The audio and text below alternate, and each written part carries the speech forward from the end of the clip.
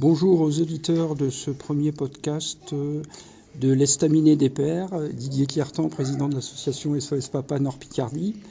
Je suis en déplacement à Lille pour rencontrer notre délégué lillois Alexandre sur la thématique de la protection de l'enfance en France. Bonjour Alexandre. Bonjour Didier. Alors merci de nous recevoir à l'auberge de jeunesse de Lille où nos activités d'espace rencontre se déroulent généralement en fin de semaine. Alors sur ce thème de la protection de l'enfance, il faut dire que dans le Nord on a une grande tradition sur les placements puisqu'il faut rappeler qu'au XIXe siècle pratiquement en région parisienne, un enfant sur deux était quasiment jeté à la rue et que beaucoup d'enfants de cette région parisienne venaient en placement dans notre région Nord-Pas-de-Calais. C'est ainsi que des petits Parisiens se retrouvaient logés dans des fermes et dans des endroits beaucoup plus bucoliques que la grande ville. Donc on a tous dans notre famille des ascendants comme ça qui sont arrivés dans la région. Puis effectivement ce qu'on appelait l'assistance publique, l'AP, puis pouvaient d'ailleurs trouver des emplois au sein de ces structures de l'AP qui avaient des hôpitaux donc dans la région, en particulier le superbe hôpital maritime à Berck qui est, quand on regarde la mer, sur la gauche de la plage, un superbe bâtiment en briques qui est toujours en activité. Et souvent, les enfants pouvaient faire carrière ensuite, à partir de l'adolescence et de l'âge adulte, dans ces hôpitaux, dans ces structures réservées. Bien, donc après avoir dit ça, je pense que tu peux peut-être nous faire un petit historique sur les systèmes et les dispositifs existants sur la protection de l'enfance, en particulier dans notre région, puisqu'il y a une délégation donc, de la protection de l'enfance de l'État vers les départements, si tu peux me le confirmer. Oui, donc depuis maintenant une 25-30 ans, donc l'État a délégué effectivement à tous les départements de France de la prise en charge totale, c'est-à-dire des charges absolues de l'État concernant les enfants à protéger, donc à prendre en charge, donc aux deniers, aux frais du département, donc sur subvention, pas sur versement de l'État au département. Et par rapport au Nord, il faut remettre ce point important, c'est que effectivement c'est le département où il y a la plus grande densité de population et également un taux de placement le plus élevé de tous les départements du Nord. Donc ce que tu veux dire, c'est qu'effectivement les gens qu'on appelait les fameux gens de la DAS, qu'on voyait souvent débouler dans nos villages et nos villes et qui faisaient peur à tout le monde parce que DAS ça voulait dire placement, c'est passé donc au service déconcentré du département, c'est bien ça? Totalement au département, à partir de sous Chirac, ça a été progressif. Disons que officiellement la DAS s'est déchargée de la gestion des enfants à placer à partir de 86, l'époque où ont été créées les antennes ASE. Donc la DAS n'a pas complètement disparu en 86, ça a été progressif puis dégressif, pour que ce soit totalement l'ASE qui gère les situations de placement. Alors l'ASE qui est donc l'aide sociale à l'enfance, donc qui est un ancien terme des ordonnances de De Gaulle de 45, qui était déjà l'aide sociale à l'enfance, mais qui était une antenne de l'État directement, sous couvert de DAS. Aujourd'hui, effectivement, les DAS ne gèrent plus du tout les placements d'enfants, et c'est les antennes aide sociale à l'enfance qui s'occupent de la totalité de A à Z du placement de l'enfant jusqu'à ses 18 ans. Alors tu disais que dans le Nord, les services de l'enfance avaient une importance particulière. Est-ce que tu peux nous détailler cela en quelques mots ? Alors il y a le plus grand parquet des mineurs. Le plus grand parquet des mineurs est donc sur le département du Nord. Le plus grand tribunal, la plus grande chambre des mineurs, donc cour d'appel de Douai, également le Nord, et le plus grand tribunal pour enfants, en proportion à la densité de population, mais c'est effectivement le plus grand tribunal pour enfants de France. Alors ce que tu veux dire, c'est que c'est là où il y a le plus grand nombre de dossiers de familles concernées. D'accord. Par rapport à la population statistiquement Alors il y a 43% de mineurs qui passeront dans le Nord une fois dans leur vie devant un juge pour enfants. C'est quand même presque la moitié. Passer une fois devant un juge pour enfants ne dit pas forcément un placement, et ne dit pas forcément que ce sera pendant toute sa minorité, jusqu'à sa majorité. Il Alors, y passera au moins une fois. Donc si je comprends bien, un enfant sur deux du Nord, pratiquement, passe devant le juge des enfants. Au moins une fois dans sa vie.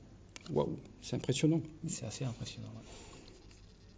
Alors, comment tu vois effectivement les fonctionnements de ces services? Qu'est-ce que tu peux nous en dire sur le fond? Alors, une délégation totale au département a fait que c'est devenu des antennes typiquement administratives, donc progressivement déchargées de la PJJ, donc prévention juridique jeunesse, qui était la mission principale de la PJJ à partir des années 50-60, donc sous les ordonnances de De Gaulle. C'était essentiellement la PJJ, donc époque de la DAS, mais c'était essentiellement la prévention juridique jeunesse qui s'occupait des placements et surtout particulièrement des mineurs délinquants, parce que c'était essentiellement le cœur du travail était là, quoi. La PJJ n'a quasiment plus aujourd'hui de gestion directe des placements, et c'est la globalité des placements est prise en charge par l'aide sociale à l'enfance, que je dis quasiment du berceau jusqu'aux 18 ans, puisque ils ont à charge de gérer les enfants des pouponnières, donc quand ils sont placés dans la pouponnière, jusqu'à la majorité des enfants, 18 ans, qui veut aujourd'hui être repoussé jusqu'aux 21, voire peut-être éventuellement 23, 24 ans. Alors, quel type de structure permet à l'ASE d'être en contact avec ces enfants qui sont en danger, entre guillemets? Ce sont les UTPAS dans le Nord, c'est ça absolument toutes les structures administratives et de la fonction hospitalière. C'est-à-dire que le champ d'action s'est élargi progressivement depuis la création de l'aide sociale à l'enfance en 86, s'est élargi à un ensemble d'interventions du domaine médical et médico-social. Et les antennes psychologiques qu'on connaît, les CAMSP, les PMI, etc., qui sont toutes les ramifications d'intervention et de prévention auprès des enfants dits en danger. Alors, est-ce que tu peux nous décrire un peu l'articulation et principalement la place des UTPAS dans tout ce dispositif? Alors, les UTPAS, comme toutes les antennes de chaque département, sont les unités de prévention et d'action sociale qui ont pris le relais de la DAS pour intervenir directement auprès des familles et notamment des familles précaires au départ. C'est l'UTPAS, ici dans le Nord particulièrement, c'est l'antenne des bureaux administratifs de l'aide sociale à l'enfance. Après, effectivement, il va y avoir des situations de suivi des familles ou de placement directement qui se feront par les UTPAS, mais qui se feront aussi par le biais de structures déléguées ou mandataires. À savoir, ici dans le Nord, on a par exemple le PDSAE, qui est une structure mandatée par les UTPS, donc directement par le département, ou la sauvegarde du Nord. Anciennement, on avait l'AEDSAD, qui a été donc récupéré, refusionné avec la sauvegarde du Nord. Donc il y a plusieurs antennes qu'on peut appeler mandataires, qui signent des marchés publics avec le département pour gérer, tellement la gestion est assez vaste, quoi. Il y a beaucoup de domaines, quoi. Donc, dans le cadre donc, de marchés, d'appels d'offres, entre guillemets, les structures indépendantes s'associent en fait aux travailleurs sociaux du département pour gérer un peu toute cette affaire de protection de l'enfant sur le Nord. C'est bien ça que tu veux dire? Voilà, donc c'est ça. Donc il y a une gestion qui est administrative et matérielle, parce qu'il faut des accueils, il faut des structures d'accueil, un encadrement, soit des familles d'accueil, soit des foyers, nourrir les enfants, etc., un suivi médical et tout. Donc tout ça, ça demande une mise en place conséquente. Alors moi, ce qui me semble particulier au Nord, c'est ce choix de travailler sur énormément de foyers d'accueil pour les placements, plutôt que des familles d'accueil, qui sont un cadre quand même un peu plus sécurisant pour les enfants, un peu plus familial d'ailleurs, c'est le cas de le dire. Est-ce que tu peux nous décrire un petit peu et nous détailler cette situation? Est-ce que tu me le confirmes ou est-ce qu'il y a un équilibre entre les deux qui est fait? Alors effectivement, il n'y a pas d'équilibre. Il tend à aller vers plus de familles d'accueil, d'après les annonces du président du département, Jean-René Le Serre, qui envisage effectivement la meilleure des solutions pour un enfant placé, c'est la famille d'accueil. Il faut partir du principe qu'au niveau des statistiques, on a approximativement entre 8500 et 10 000 enfants qui sont placés. Voilà. Et on a à peu près le même quota d'enfants qui ne sont pas placés mais qui sont suivis par un juge pour enfants. Donc, ce qui veut dire que cet ensemble de 8-9 000 enfants, les mettre dans des familles d'accueil, ça demande excessivement de familles d'accueil. Ça demande, sachant qu'une famille d'accueil ne peut pas accueillir jusqu'à 6, 8 ou 10 enfants. un foyer, et dans un foyer, on met 30 à 40 enfants. Donc forcément, la gestion est beaucoup plus centralisée. Les budgets ne sont pas les mêmes, les marchés ne sont pas les mêmes, etc. Il y a un besoin pour aller vers la famille d'accueil, qui est quand même l'accueil le plus favorable et le plus structuré pour qu'un enfant se développe, plutôt qu'effectivement au foyer. Il faut partir du principe qu'à l'origine, la création des foyers a voulu que ce soit un accueil soit pour les délinquants, parce qu'au départ c'est quand même créé essentiellement pour ça, des jeunes à la rue, des jeunes à l'époque des Gavroches, etc., tout ça, ou alors ce qu'on appelle des placements provisoires. Un enfant n'a pas à grandir dans un placement à long terme, ou à long terme jusqu'à ses 18 ans, dans un foyer. C'est ça, on se rapproche de l'orphelinat. Alors, tu nous parlais effectivement de l'intervention du juge des enfants qui souvent mandate soit une assistance éducative en milieu ouvert, les fameuses AEMO, soit un placement en foyer. Est-ce que tu as effectivement des informations à nous donner sur ces fameuses AEMO? Est-ce que le juge privilégie plutôt les placements ou effectivement il leur donne des assistances éducatives, voire les deux? Ou quid aussi également de ce qui est prévu dans le Code civil sur le fait du placement chez un tiers digne de confiance, qui est quand même intéressant, puisqu'on peut placer dans ces cas-là les enfants chez des proches, dans la famille, les familles collatérales, comme on dit, ou chez le père. Qu'est-ce que tu peux nous dire là-dessus? Alors il y a une gestion de ce qu'on appelle un travail partagé entre la justice et les services administratifs pour situer le principe de l'AEMO qui ont été créés sur les ordonnances de 58. Tout à fait, oui. À l'origine, c'est la prévention juridique jeunesse qui gère les AEMO. Donc c'était la PJJ depuis 58 qui gérait les AEMO. Et il faut savoir que comme la PJJ a progressivement été déchargée de ses missions, tout ça a basculé sur le département, à savoir au départ les DAS départementales. Donc forcément, c'est la PJJ qui donne mission. C'est-à-dire que le juge ne va pas missionner directement le département, il va passer par la PJJ qui ensuite saisira le département. Aujourd'hui, il y a des raccourcis qui sont faits, malheureusement, pour aller plus vite, pour tout, malheureusement. C'est-à-dire que la justice va directement mandater le département. Le principe est qu'elle doit passer par un service de justice, qui est la PJJ, qui ensuite décharge à des services, puisqu'ils sont délégués comme les départements. Alors, selon toi, est-ce que ça, c'est une particularité du Nord ou c'est une pratique franco-française? Non, c'est une pratique répandue dans le Nord, puisque ce que j'appelle le département un peu laboratoire, étant le plus gros parquet des mineurs de France, forcément, mais c'est une pratique qui est répandue dans les gros départements, c'est-à-dire que les départements où on a les moyens financiers, les structures d'accueil, des moyens conséquents. Si vous voulez, on ne va pas passer des enfants de la même manière et avec la même dynamique en région parisienne que dans le Larzac. Tout à fait, oui. Alors, tous ces placements d'enfants, ces foyers, là on fait l'actualité ces derniers mois. Quel est toi ton ressenti en tant qu'homme de terrain sur cette actualité brûlante qui a mis effectivement les travailleurs sociaux de l'ASE, les travailleurs sociaux du conseil départemental dans la rue? Comment tu vois les choses par rapport à cette actualité?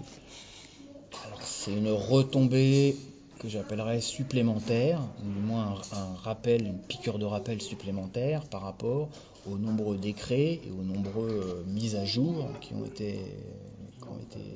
appelle amélioration des services depuis une vingtaine d'années. À savoir qu'aujourd'hui l'amélioration primaire, elle est l'économie de budget. On en est tous rendus là aujourd'hui, c'est une actualité. Il faut faire des économies par rapport à toutes les structures du service public.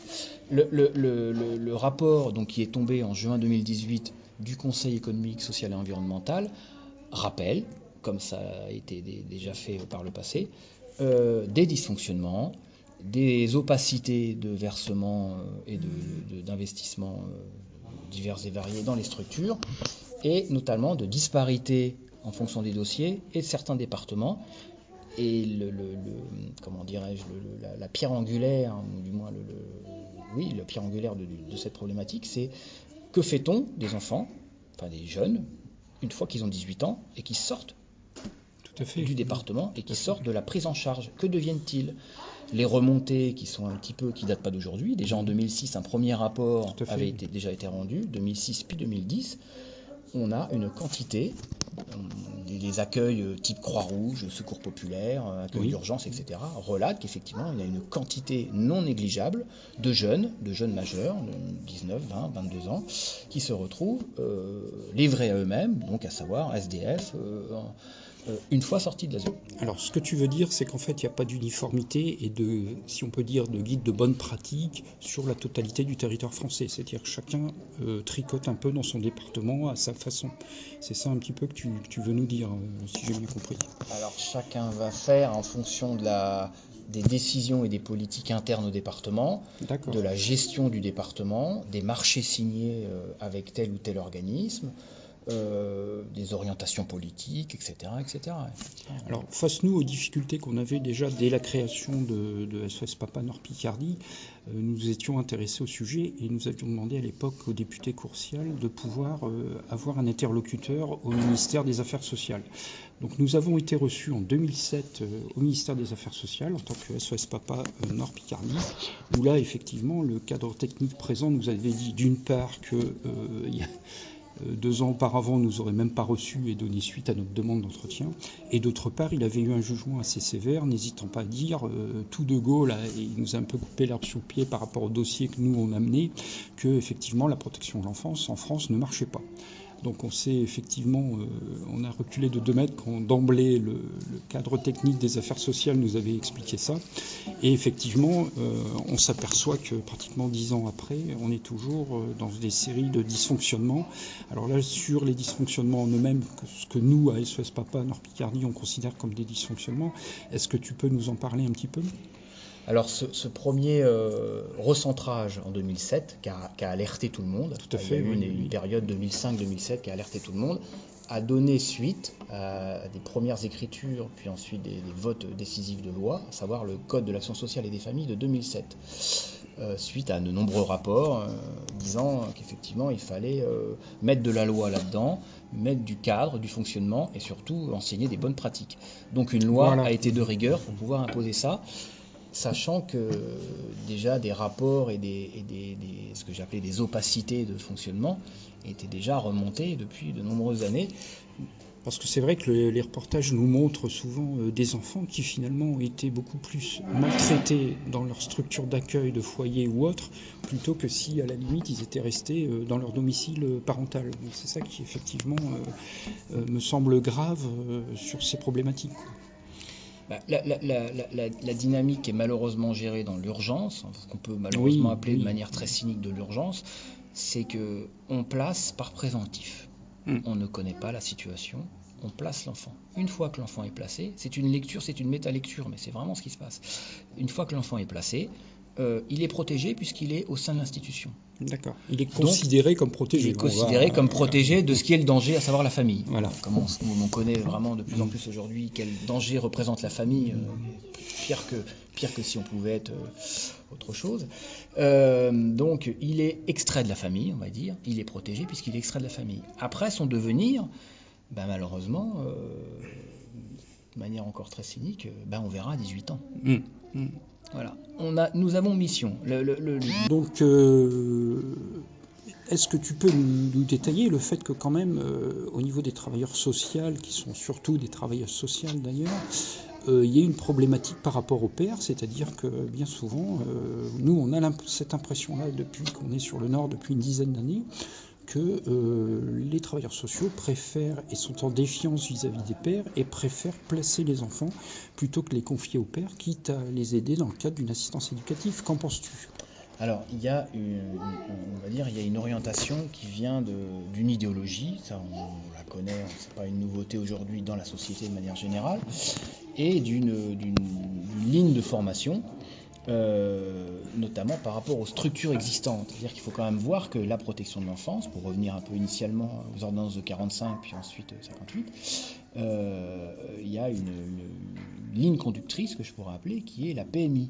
Prévention maternelle infantile. Protection maternelle infantile. Protection maternelle infantile. Donc forcément, il y a un travail instinctif, idéologique, qui est en place, qui est de travailler avec la mère et de s'orienter concernant l'enfant et sa protection par rapport à la mère.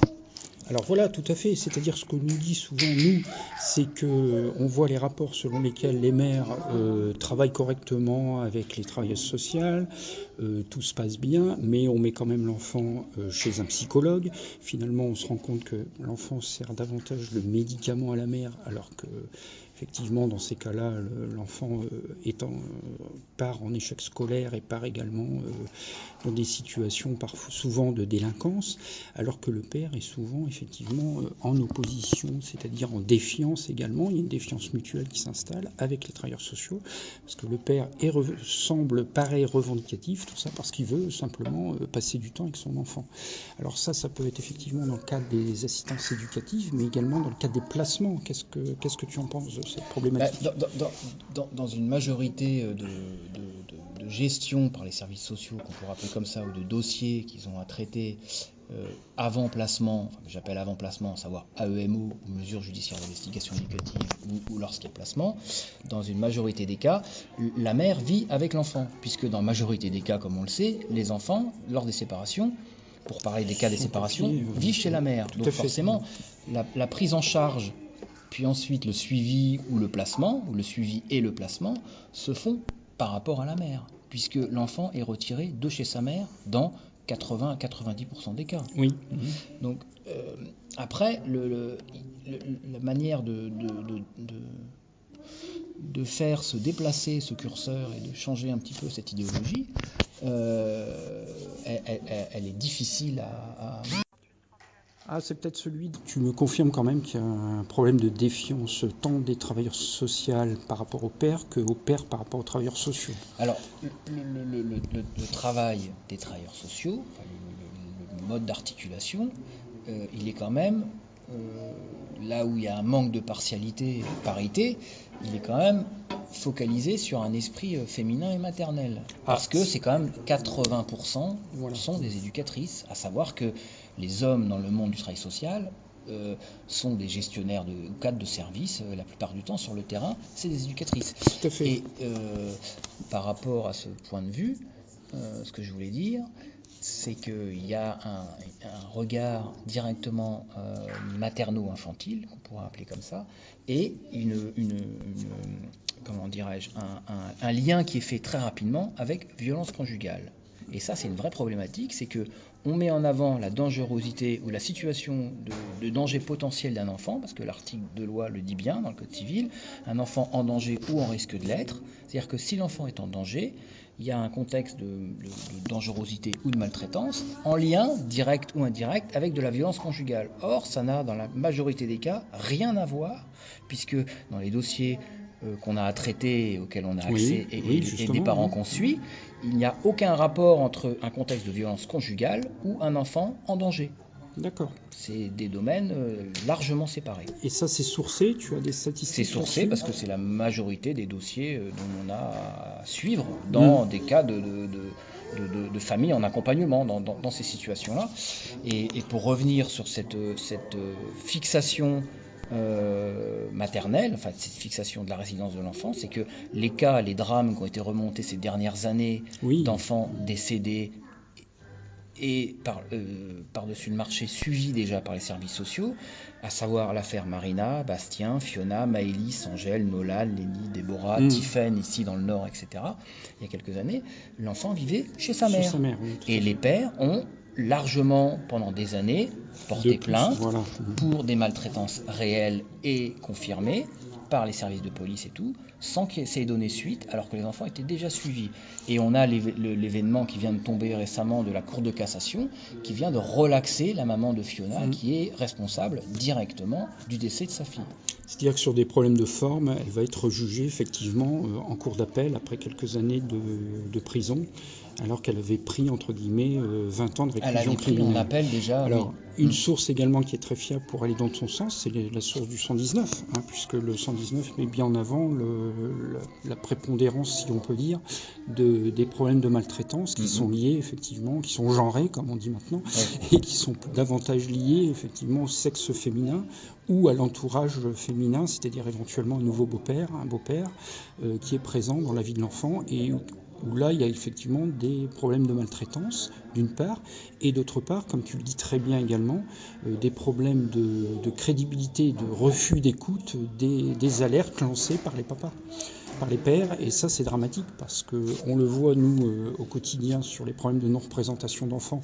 Quand un père va chercher son enfant chez la mère, on ne le donne pas et il n'y a personne qui bouge, il n'y a personne qui aide le père à faire respecter son jugement, d'une part, et d'autre part, le procureur classe systématiquement sans suite l'affaire. Donc là également, dans les problèmes de maltraitance avérés, la parole du père ne vaut pas grand-chose. C'est ça que tu veux dire en fait. Il y a un couvercle qui est mis sur le regard, et à la fois le regard, le ressenti et la remontée qui vient du père, notamment quand il est séparé, parce que la plupart du temps il est discrédité quand il est séparé. On dit que forcément, c'est le père, 2, il n'a pas la raison de ses enfants, et que par défaut, s'il y a des plaintes récurrentes, des remontées, etc. comme ça, c'est que c'est une complainte de sa part et pas quelque chose de sourcé et de factuel. Jusqu'à, comme tu dis, jusqu'à l'irrémédiable, et où effectivement l'ensemble du corps intervenant et politique met le couvercle pour dire oui, effectivement, ça a dysfonctionné, on aurait dû réagir avant. Cette problématique de répéter incessamment on aurait dû réagir avant se répète inlassablement. Et ça, on le voit depuis des années, quoi. C'est le même scénario qui se reproduit. Alors là, je rebondirais en disant que le problème de fond, en fait, c'est qu'il n'y a pas de responsabilisation des services également, puisque le juge des enfants, lui, se réfugie, entre guillemets, derrière l'expertise, entre guillemets, des psys et des travailleurs sociaux, et les travailleurs sociaux et les psychologues se rangent derrière le jugement du juge des enfants, ou du juge aux affaires familiales, dans le cas parfois où il n'y a pas de signalement vraiment de maltraitance. Et là, il y a un problème également de ce côté-là. Alors ça, c'est le tir croisé, ce que j'appelle le travail partagé, à la fois quand c'est des placements ou des suivis socio-éducatifs, d'assistance éducative, désignés par un juge pour enfants. Parce qu'il faut savoir qu'un placement ou un suivi en EMO peut être fait, c'est pas la majorité des cas, mais peut être fait par le département directement, sans passer par la case justice. Donc quand c'est le cas, effectivement, d'une décision judiciaire, le service départemental va s'articuler et se ranger derrière la décision judiciaire. Effectivement, il y a une décision judiciaire, on ne peut pas y couper. Mais de l'autre côté, en travail parallèle, un peu en binôme, le juge pour enfants va se baser sur le fait que ce sont les travailleurs sociaux qui travaillent. Et le juge n'est pas à même de connaître la situation réelle de l'enfant et de la famille, donc ne peut que se baser sur les remontées des travailleurs sociaux. Donc du coup, tout le monde se renvoie un petit peu la balle dans cette situation, mais on peut le voir à des échelles plus politiques. C'est-à-dire que quand il y a des dysfonctionnements, notamment qui aboutissent à des drames, les départements se déchargent exactement. C'est ce qui s'est passé ces dernières années dans les drames qu'on a connus dans les médias. Et puis, en remontant un peu plus haut, l'État se décharge en disant que ça n'est pas de son ressort, puisque ce sont les départements qui gèrent. Donc on finit par avoir un jeu de patates chaudes et de chaises musicales qui fait que forcément, si personne n'est responsable des dysfonctionnements et des dérives, on tourne en rond et c'est irrémédiable.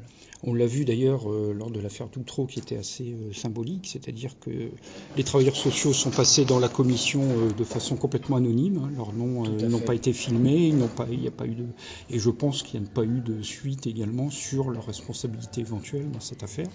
Puisque, alors est-ce que là, Alexandre, tu as des exemples concrets d'implication de la responsabilité des travailleurs sociaux ou des services dans diverses affaires, ou est-ce qu'il y a systématiquement, effectivement, une non-judiciarisation, une non-responsabilisation des travailleurs sociaux impliqués ? Oui, sachant que chacun va se cacher derrière la mission qui lui est désignée, son seuil et sa limite de responsabilité, sachant que, pour revenir au juge, lui ne s'applique que sur des articles de loi et sur les consignes qu'il a de sa fonction de magistrat, à savoir de se baser sur les gens qu'il a mandatés. Il a mandaté des personnes, il doit s'appuyer sur leur rapport. Les services sociaux, de manière très générale et empirique au niveau du département, ont une emprise sur la protection de l'enfance, sachant qu'ils sont décisionnaires et responsables de l'enfant qui suivent, et et sont capables, malheureusement, on l'a vu dans des cas bien plus qu'isolés pour être des cas exceptionnels, ont une capacité à faire pression sur le magistrat. Ils font véritablement pression, sachant que c'est eux qui détiennent la mesure de placement. Et le magistrat, dans la majorité des cas, n'a pas d'autre choix que de les suivre. Alors il est vrai que dans nos groupes de parole, nous on voit parfois des pères qui nous disent voilà, je suis allé à l'UTPS, j'ai alerté les services sociaux, puis finalement d'une part ça se retourne contre moi.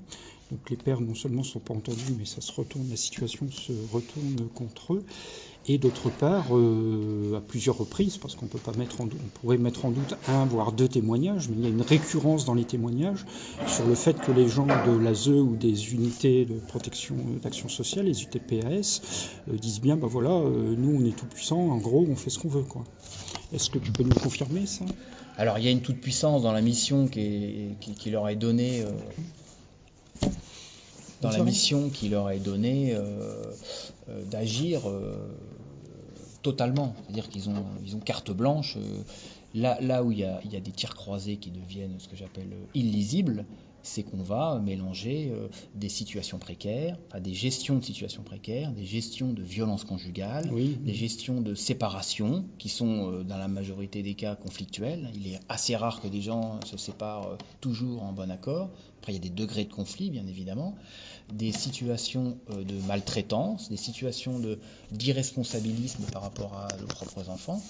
Quand on finit par ne pas séparer le vin de l'ivraie et de mélanger un petit peu toutes ces situations qui n'ont rien forcément de comparable, parce que la problématique n'est pas la même au départ, on se retrouve avec des cas réels, ce que j'appelle des cas par cas qui sont proches de ce que vivent ces gens-là, qui sont absolument incompréhensibles pour personne. Bon, il n'en reste pas moins que tous ces enfants, leur situation, une fois majeure, était quand même assez catastrophique, tant d'un point de vue affectif qu'un d'un point de vue social. Ça, c'est le problème, puisque nous, à SOS Papa, notre but, c'est quand même que l'enfant arrive mature et équilibré, entre guillemets, à l'âge adulte. Or là, on est loin d'un tel résultat. Est-ce que tu penses que la politique lancée par M. Le Serre, là en particulier dans le Nord, puisque tu es toi sur le terrain, est-ce que tu penses que c'est une situation qui peut améliorer le sort de ces enfants, justement ? Alors la démarche de Jean-René Le Serre, qui est une personne assez aguerrie quand même au niveau politique et de par ses compétences dans le domaine de la justice également, il y a quand même un sacré... il y a une vraie expérience. La démarche est bonne. Il est pragmatique. Il a une décision de gestion budgétaire et de recentrage des problèmes. Moi, là où je me sens assez alerté malgré tout, c'est que je pense malheureusement, peut-être un peu de manière pessimiste, mais je pense malheureusement qu'on arrive trop tard.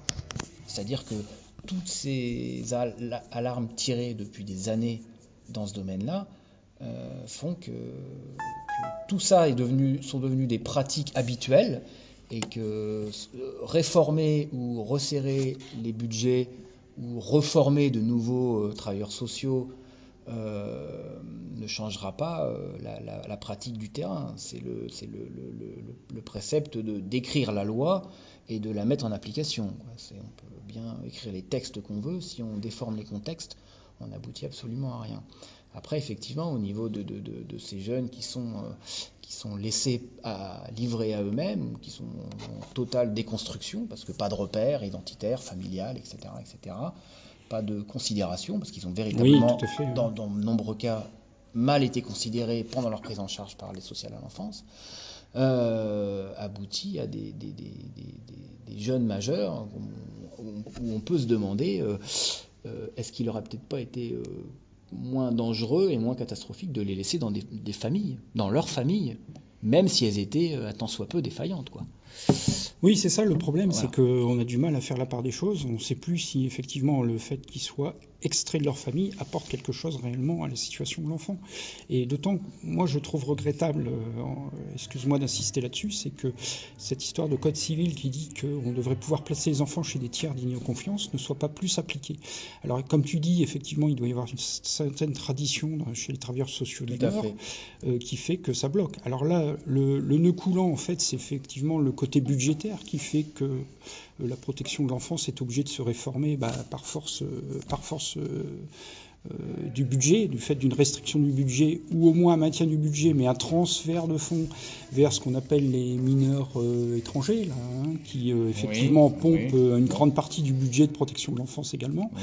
Donc ces restrictions budgétaires-là amènent effectivement les travailleurs sociaux à se révolter, entre guillemets. Est-ce que tu penses qu'avec moins de moyens, on peut faire mieux quand même ? On peut faire bien, déjà, avec moins de moyens. Ça, c'est sûr, parce que ce qui coûte, on va dire, de l'argent, c'est la gestion matérielle de prendre en charge et d'élever des enfants. Tout le monde sait, séparé ou non séparé, qu'un enfant, au même titre que n'importe quel individu, il y a un budget. C'est un budget. Un enfant, il faut l'habiller, il faut le nourrir, il faut l'envoyer à l'école, il faut l'envoyer au médecin, etc.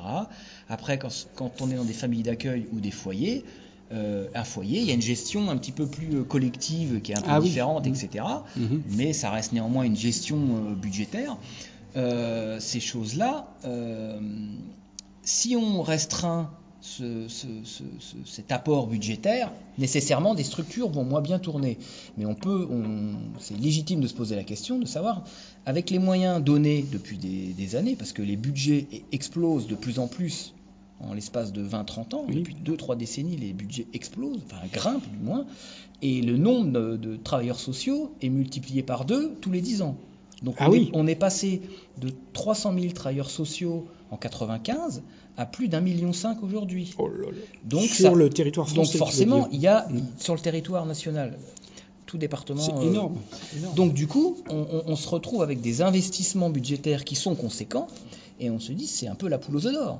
Combien d'argent va-t-il falloir encore investir dans ces structures pour qu'elles gonflent encore plus, pour arriver à des résultats qui sont sur des courbes inversées.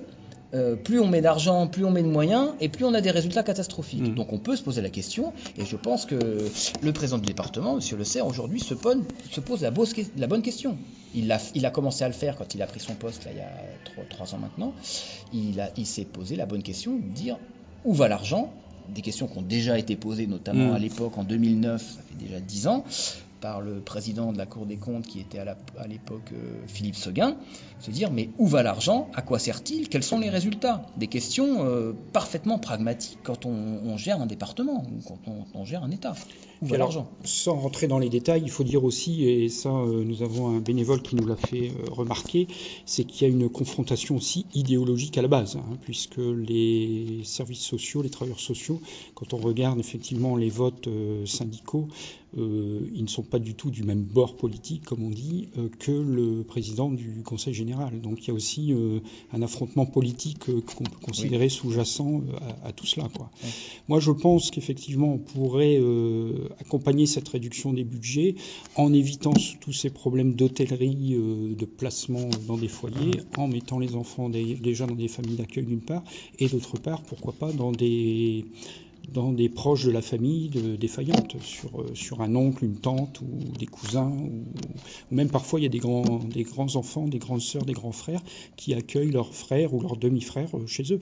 Qu'en penses-tu, toi, de ces solutions-là ? Alors, il y a quantité de solutions parallèles qui peuvent être mises en place, qui coûtent moins cher et qui peuvent fournir des résultats constructifs pour tout le monde. D'autant que les travailleurs sociaux, les manifestations nous l'ont fait apparaître clairement, sont souvent en burn-out, ils sont souvent en arrêt maladie.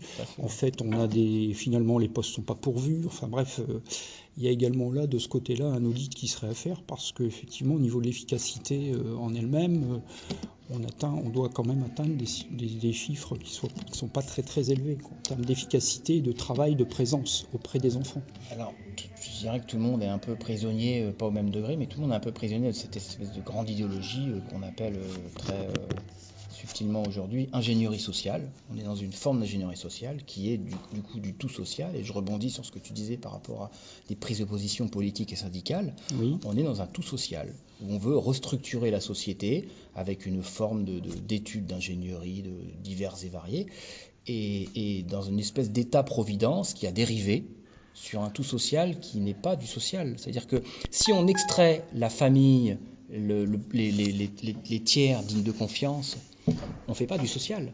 On fait l'étatique de contrôle absolu.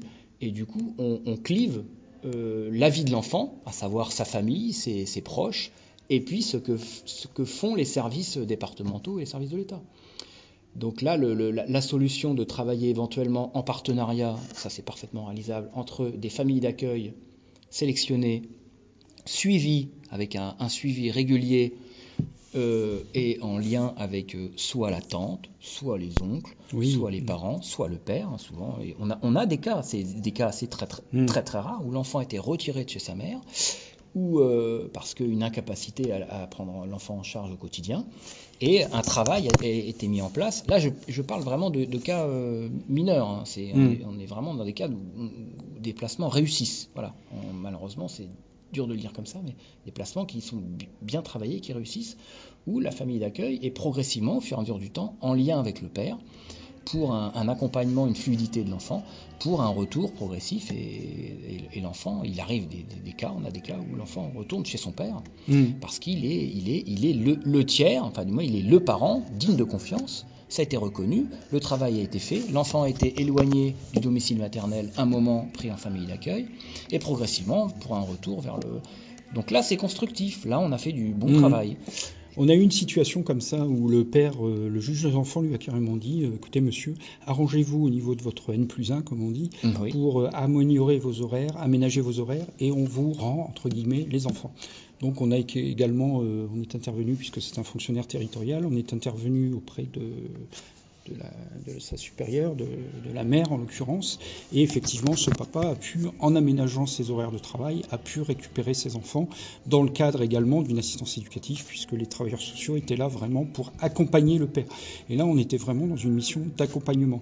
Moi c'est là-dessus que j'insiste, Alexandre, c'est que l'accompagnement est beaucoup plus important que ce problème de confrontation qu'on retrouve nous systématiquement auprès des personnes qui viennent nous voir et qui sont en problématique avec les travailleurs sociaux, hein. C'est bien ça. Oui, on a une espèce de contrôle total, de refus de la part des services désignés de ces structures-là à travailler. D'ailleurs, c'est des arguments qu'ils mettent souvent en avant et qui reprochent aux parents, aux pères, aux mères, de difficulté à travailler avec le parent. Mais la vraie question, la question centrale là-dedans, c'est de se dire, mais sont-ils vraiment en capacité, ont-ils vraiment les compétences pour travailler avec des familles ?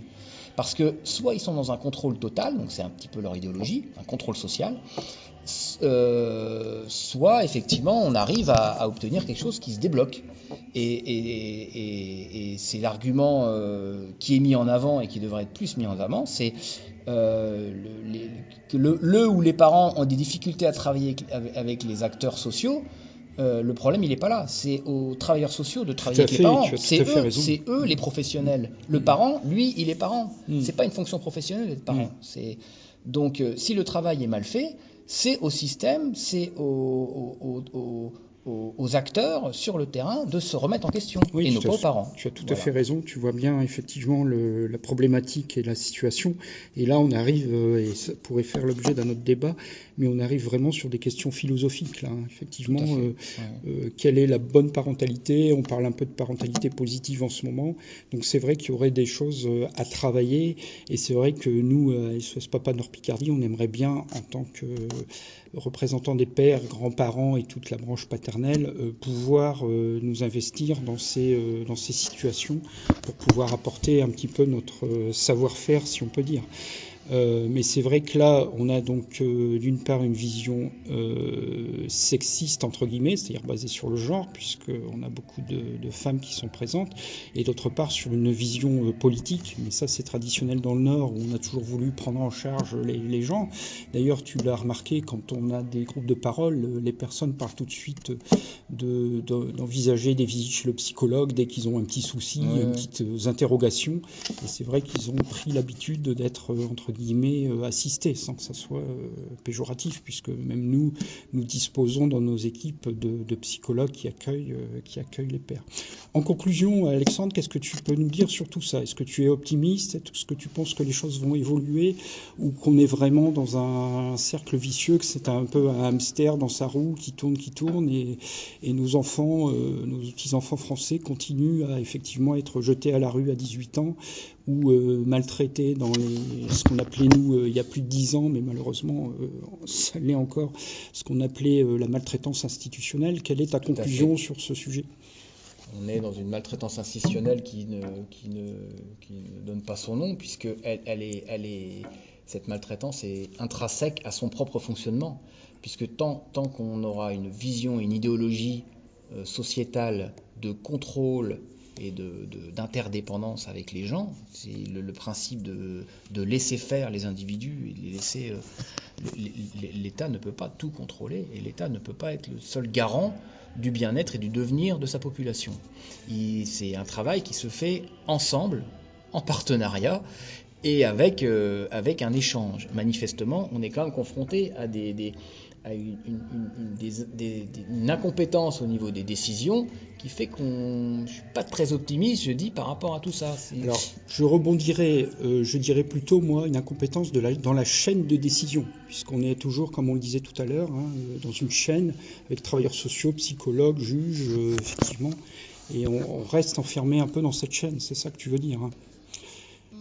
On reste enfermé dans les seuls sachants sont ceux qui détiennent soit le texte de loi, chose qui est quand même indispensable pour donner des règles à tout le monde, et dans ce que je ramène à ça, et ça fera probablement l'objet d'autres ouvertures, à d'autres discussions, sur ce que j'appelle ce contrôle d'ingénierie sociale, quoi. On est et par rapport à cet argument sur le suivi en psychologue, ça fait partie un petit peu de cette implication des structures médico, psychosociales, où on se retrouve avec des injonctions de faire qui sont véritablement ça au niveau social, alors qu'il n'y a pas de normes imposées ou de code imposé. Je veux dire, l'individu, il vient avec ce qu'il est, avec son histoire, avec son vécu, avec ses lacunes, avec ses qualités. Tout à fait. Et ce qu'on appelle les intervenants sur le terrain doivent faire avec. On ne peut pas formater Il est ces évident familles. Que nous, quand on est effectivement confronté aux familles que l'on rencontre, aux pères, on peut ne pas être d'accord sur les modes éducatifs des pères, mais on n'est pas là du tout dans le jugement, on n'est pas là du tout pour leur dire non, c'est pas bien, c'est bien, on n'a pas porté de jugement. C'est ça que tu veux dire un peu que les travailleurs sociaux, eux, se permettent de dire voilà, il faut ce cadre-là et tout. Et alors pour finir, moi je dirais que c'est d'autant plus regrettable cette volonté effectivement d'imposer en fait un modèle, c'est ça que tu veux dire, par le biais d'ingénierie sociale, c'est que quand même plus de la moitié de nos adhérents du Nord ont des ex-femmes qui leur font, comme on dit ici, la misère. Ce sont des travailleurs sociaux, donc c'est ça quand même le comble, c'est-à-dire que les pères ne voient pas leurs enfants parce qu'ils ont, du fait de comportements d'ex qui sont plus ou moins des travailleurs dans le domaine social. Ce qui est quand même un comble et ce qui illustre parfaitement ce que tu viens de dire. Un dernier mot pour conclure, Alexandre ? Oui. Je reste quand même malgré tout dans l'espoir d'une amélioration basée sur des remises en question profondes des idéologies, parce que la problématique elle se trouve dans les idéologies, et peut-être une suite à donner aux avancées. Une chose est sûre, c'est que dans de nombreux domaines de la société familiale et de manière plus générale des problématiques de société qui sont de plus en plus récurrentes aujourd'hui, qui prennent des proportions, des réponses vont devoir arriver de la part de la dirigeance, parce qu'on ne peut plus rester caché derrière son petit doigt. Alors Alexandre, je te remercie encore de nous avoir accueillis à l'Auberge de Jeunesse à Lille, et puis à bientôt pour certainement un autre échange fructueux. Très bien, à bientôt, merci. Au revoir.